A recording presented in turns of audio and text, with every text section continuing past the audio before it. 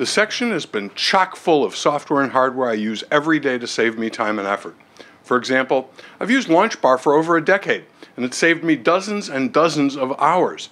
I recommend it without hesitation, but while I've only been testing Alfred for a few months, so far it does everything I love most about LaunchBar and a few other cool things.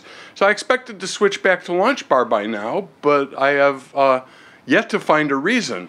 Furthermore, if you're not going to buy Text Expander or Type It For Me, Alfred's snippet expansion is better than LaunchBar's, significantly better. So you'll want one or the other for quick finding and opening of files and applications and everything else, all from the keyboard, along with all the other useful goodies like that clipboard history, which I think is a must-have. You got to have 100 clipboards, not one. While macOS can handle rudimentary text expansion, if you really want to save time and effort with snippets, you really need to consider Text Expander or Type It For Me. Now, Keyboard Maestro lets you automate almost anything you can do with your mouse and your keyboard and play it back with a keystroke or other trigger. And then there's Automator, which can automate many otherwise time-consuming tasks without much effort and without costing any money at all. Okay? Now, if you've got a big display or more than one display, you'll love MenuMate, which puts that menu bar right wherever your mouse is, regardless of where your mouse is on the screen. Okay? The more time you spend in your open and save dialog boxes, the more time you're going to save if you use default folder.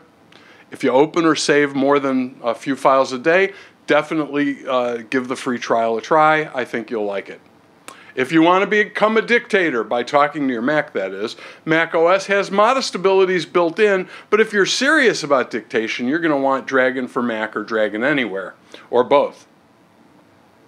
If you're still booting from an old school hard disk, rotational hard disk, seriously consider upgrading to an SSD. It'll be like getting a whole new Mac. Also, remember what I said, 2 monitors are better than 1. So consider buying a second monitor or a copy of Duet Display for your iPad, but 2 monitors rock.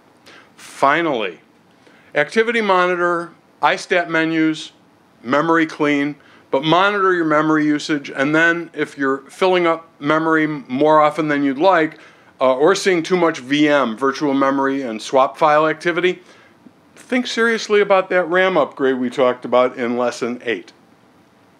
That's all I've got for you. Thanks for taking this course.